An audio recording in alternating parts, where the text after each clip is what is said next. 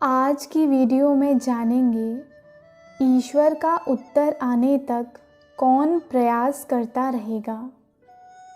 ईश्वर कोई मूक भावना रहित प्राणी नहीं है, वे तो साक्षात प्रेम हैं।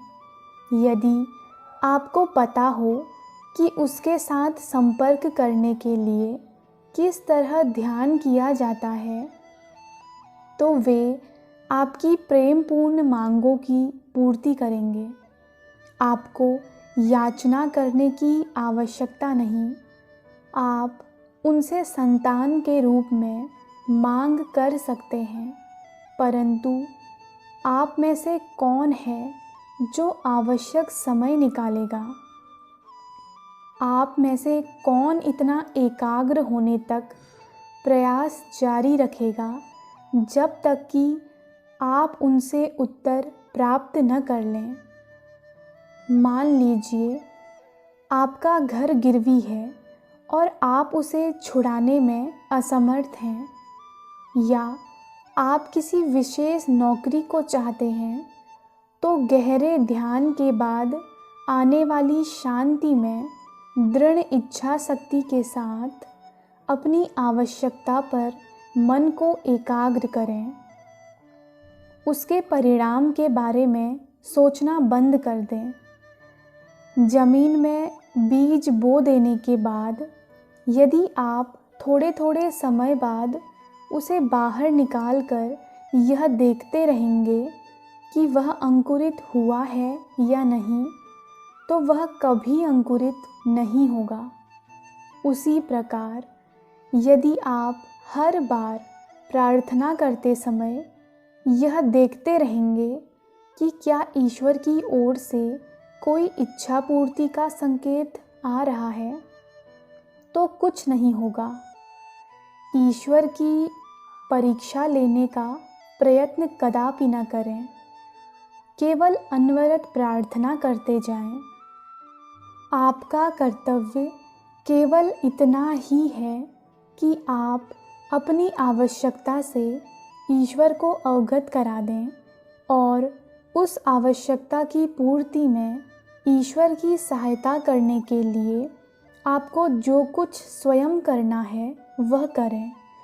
उदाहरणार्थ, किसी जीर्ण रोग से मुक्ति पाने के लिए यथासंभव प्रयत्न करें, परंतु मन में यह अच्छी तरह समझ लें कि केवल ईश्वर ही अंतोगत्वा आपको रोग मुक्त कर सकते हैं। हर रात ध्यान में उस विचार पर मन को एकाग्र करें और पूर्ण दृढ़ संकल्प के साथ प्रार्थना करें। तब एक दिन आप अचानक देखेंगे कि रोग चला गया है। पहले मन सुझाव को ग्रहण करता है, फिर ईश्वर मन को अपनी शक्ति से भर देते हैं। अंत में मस्तिष्क उस रोग को नष्ट करने के लिए प्राण शक्ति छोड़ता है। आप अपने मन में भगवान की शक्ति को पूर्ण से नहीं समझ सकते। यह सभी शारीरिक कार्यों को नियंत्रित करती है। मन की उस शक्ति का यदि आप प्रयोग करें, तो आप शरीर में किसी भी अवस्था को उन्नत कर सकते हैं। पहले ध्यान का उचित तरीका सीखना आवश्यक है, तब आप ध्यान के द्वारा दैवी शक्ति से युक्त हुई एकाग्रता का प्रयोग शरीर को रोग मुक्त करने में कर सकते हैं, या किसी अन्य समस्या से निपटने में। प्रतिदिन कुछ ऐसा करने का निश्चय करें जो आपके लिए करना कठिन हो, और उसे करने का प्रयास करें। यदि आप 5 बार भी असफल होते हैं, तो भी प्रयास करते रहें, और जैसे ही आप उसमें सफल हो जाएं, उस एकाग्र इच्छा शक्ति को किसी और काम में लगाएं। इस प्रकार आप अधिकाधिक बड़े काम कर पाएंगे।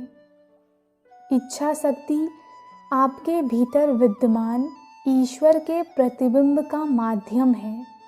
उसी में प्रकृति की सारी शक्तियों को नियंत्रित करने वाली ईश्वर की अनंत शक्ति निहित है। क्योंकि आप ईश्वर के प्रतिबिंब में बनाए गए हैं, वह शक्ति आपकी है। अपनी सभी इच्छाओं को पूरा करने हेतु आप समृद्धि को ला सकते हैं, घृणा को प्रेम में बदल सकते हैं। तब तक प्रार्थना करते रहिए जब तक आपका शरीर और मन पूर्णतः अधीन न हो जाए। तब आपको ईश्वर का उत्तर मिलेगा। मैं निरंतर पाता हूँ कि मेरी छोटी से छोटी इच्छा भी पूर्ण हो जाती है।